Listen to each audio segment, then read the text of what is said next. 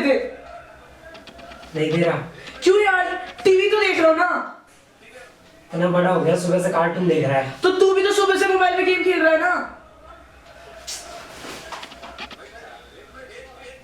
Phone दे मेरा। नहीं दे रहा। चल एक काम करते हैं, तू रिमोट दे, मैं फोन दे दूंगा।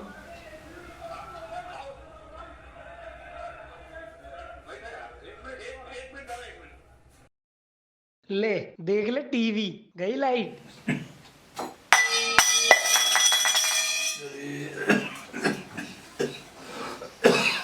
दादाजी,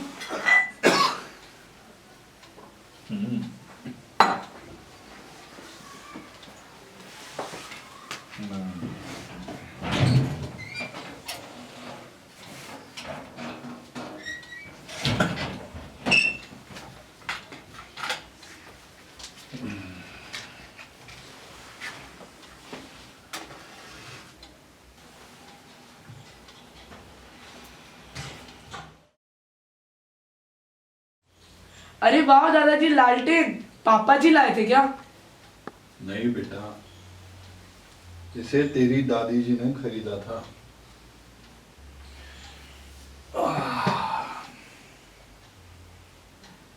वो और मैं जब गांव से शहर आए तो उसे ले आई थी। उसे नहीं पता था कि यहाँ पे लाइट भी होती है। क्या दादाजी, आपके गांव में लाइट नहीं थी? पर पापा तो कहते थे कि वो देर देर रात तक पढ़ते थे। हाँ बेटा, पढ़ते थे। उसे लालटेन की रोशनी में पढ़ा करता था। और क्या क्या नहीं था आपके गांव में? बेटा, हमारे गांव में ये टीवी नहीं था और ये फ्रिज नहीं था और तुम्हारी ये मोबाइल भी नहीं थे। तो आप टाइम पास कैसे करते थे? गांव में बेटा आदमी को आदमी से मोह था, मशीनों से नहीं। आदमी को आदमी से मोह मतलब ये कि मोबाइल और टीवी पे कोई टाइम पास नहीं करता था। वो सब एक साथ बैठकर अपनी बातचीत किया करते थे। तो फिर बच्चे क्या करते थे? तो बच्चों के लिए मैदानी खेल थे, जैसे कबड्डी, खो खो, सितोलिया, गिल्ली डंडा। तेरे पिताजी बहुत शैतान थे। नाइस, पापा शैतान थे। हाँ, बिल्कुल तेरी तरह बहुत शैतान थे। पर तेरे पिताजी बहुत पढ़ाई करा करते थे। उनके और तुम्हारे खेल में तो बहुत फर्क है बेटा।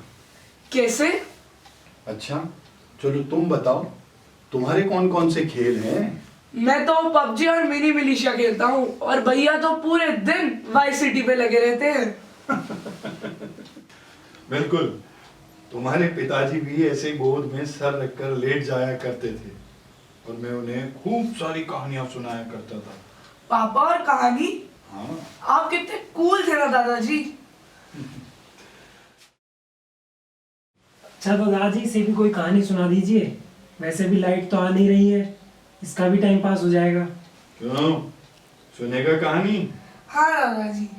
तो चलो, तू भी ध्यान से सुनना और तू भी बेटा कहानी सुनना। एक गांव था। उस गांव में सभी गरीब थे। गांव में बहुत ज्यादा लोग तो नहीं रहते थे, सभी किसान थे। किसानी करते, दिन भर मेहनत करते, खूब मजदूरी करते। उसी गांव में एक किसान, जिसका एक बेटा था, खूब मेहनत करके पढ़ाई करने लगा। और इधर किसान भी खूब दिन रात एक करके मेहनत मजदूरी करके उसकी पढ़ाई के लिए और व्यवस्था करने लगा कि जिससे उसकी पढ़ाई में कोई कमी ना रह जाए। धीरे धीरे किसान का बेटा बड़ा होता गया और एक दिन वो समय भी आया जब उसके बच्चे को, उसके बेटे को पढ़ाई करने के लिए शहर भी जाने की बात आई। तब किसान ने बहुत दुखी मन से उसको रोकना चाहा, पर गांव वालों ने और उसकी पत्नी ने काफी समझाया, तब जाकर किसान को समझ में आया। आखिर उसके बच्चे के भविष्य का सवाल जो था, तो उसने उसे शहर पढ़ाई के लिए भेज दिया। किसान ने भी अपनी मेहनत दुगनी कर दी और इधर बेटे ने भी अपनी पढ़ाई में कभी कोई कमी नहीं आने दी और अपनी मेहनत से शहर में एक अच्छी नौकरी लग गया। नौकरी लगने के बाद जब वो शहर से गांव लौटा तो गांव वालों ने उसका खूब जोरदार स्वागत किया। किसान और उसके बेटे को खूब बधाइयां दे रहे थे और पूरे गांव में हर तरफ उन्हीं की चर्चा थी। और एक दिन जब किसान का बेटा अपने माता पिता के साथ बैठ के खाना खा रहा था, तब बेटे ने अपने पिताजी से कहा कि पिताजी, नौकरी से छुट्टी लिए काफी दिन हो गए, अब मुझे शहर वापस जाना होगा। तब किसान उसकी ये बात सुनकर थोड़ा सा दुखी जरूर हुआ। और जब बेटे ने आगे कहा कि आप दोनों भी मेरे साथ इस किसानी और इस मेहनत मजदूरी को बंद करके अब मेरे साथ शहर चलो तो ज्यादा अच्छा होगा। और किसान भी अपने बेटे की बात सुनकर बहुत दुखी हो गया कि जिस किसानी से वो अफसर बना है, आज उसे वही बोझा लगने लगा है।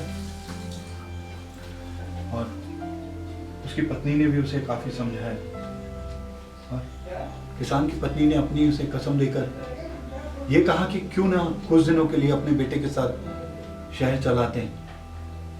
आखिर किसान अपनी पत्नी की बात सुनकर बहुत दुखी हुआ। उसे अपने गांव का ये अंगना, गांव के लोग, वो सब पीछे छूटने का बहुत दुख था, तकलीफ थी। और किसान भी अपनी पत्नी के साथ गांव से शहर आ गया। गांव की वो सब यादें कहीं पीछे छूट गई थी। शहर की ऊंची ऊंची इमारतें और लंबी लंबी गाड़ियां देखकर वो लोग भी परेशान और हैरान थे। और उस ऊंची इमारतों में एक उसके बेटे का घर भी था, जहां तंग 4 दीवारें और खुशी के नाम पे थी तो एक सिर्फ बालकनी। किसान गांव से शहर आकर बहुत दुखी परेशान हो गया था। एक दिन गांव से एक पत्र आया कि किसान की गाय संतोषी, उसकी मृत्यु हो गई है। यह खबर सुनने के बाद किसान की पत्नी की तबीयत भी बहुत खराब हो गई। वो भी बहुत दुखी हुई और उसकी तबीयत और भी खराब होने लगी। उसे अस्पताल में भर्ती कराया गया, मगर वहां भी उसकी तबीयत ठीक नहीं हुई। और इस सदमे से किसान की पत्नी और दुखी और तकलीफ, और डॉक्टरों ने आखिर हाथ खड़े कर दिए।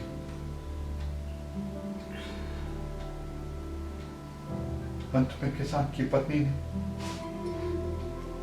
जब वो मृत्यु शैया पे थी तो अपने पति से कहा कि आखिर हमने अपने बेटी की खुशी के खातिर,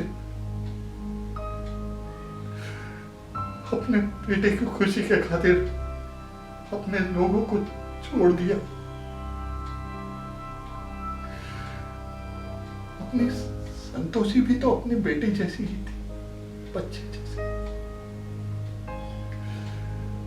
गांव के वो लोग, गांव के वो सब लोग, ये कहते कहते किसान की पत्नी शांत